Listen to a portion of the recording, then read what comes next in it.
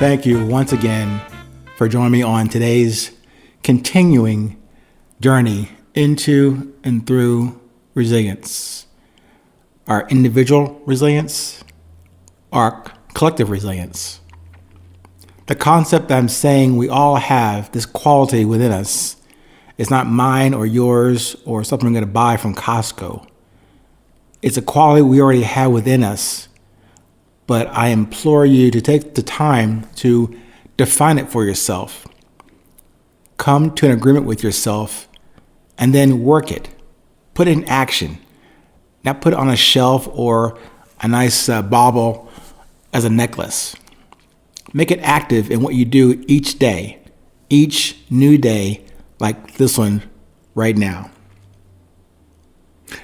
So no matter where you are in this world, just remember this. This is the 820 show. I thank you for joining me. Let's get into it. Let's call this one today, maybe something controversial, but let's talk about it. The prenuptial friendship. The prenuptial friendship. I think that term and the topic, it may be alarming to you, but I think it's a necessary and paramount discussion to have today.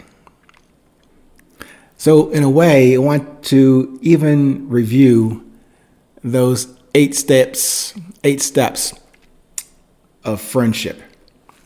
If you remember, if you were with me a few episodes ago, I did an episode about the 8 pillars of friendship. So if you can, please remember, call it the Ming view of the friend world. And again, that perspective from me, your humble scribe on resilience today, is merely my opinion, my observations, but I want to make sure that I continue to communicate that to you as clearly as I can. But that model, if you will, about those 8 pillars of friendship, they can be useful on your journey towards and into resilience. They can be all wrong, but hopefully they are useful. As a quick summary on those 8 pillars. Number 1, you have a disparate background in that friend. Number 2, you have common or shared experiences with that person.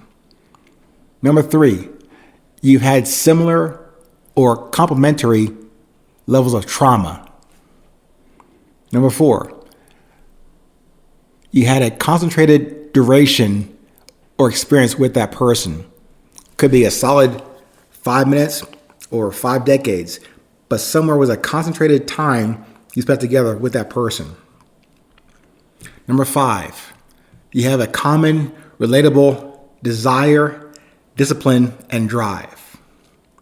Number 6, you have the constant over variables in your respective lives. And that constant I always refer to is the love, the substance of love. That's between you and the other individual. Number 7, you also share core competencies, meaning what you like to do or what you're good at doing, and you share that. Number 8, reliability, meaning that person and you to that person, you exhibit reliability under duress, under stress, your availability without question. And it doesn't require constant contact, but does require some level of respective and regular contact. So that's a quick review of those 8 pillars. But remember, today, I want to talk about this other term called a prenuptial friendship. Probably got to find a better word for that term, prenuptial. But let's look at that definition first. Prenuptial, from the dictionary, it means to exist or occurring before marriage. Prenuptial meaning existing or occurring before marriage. Now, I'm not trying to marry my friends. But let's look at the term marry or marriage. According to the dictionary, before I get into that, I have to admit this. Admittedly, that is something I have not been successful in at 3 times, being married 3 times in the most formal manner. But let me check the definitions anyway.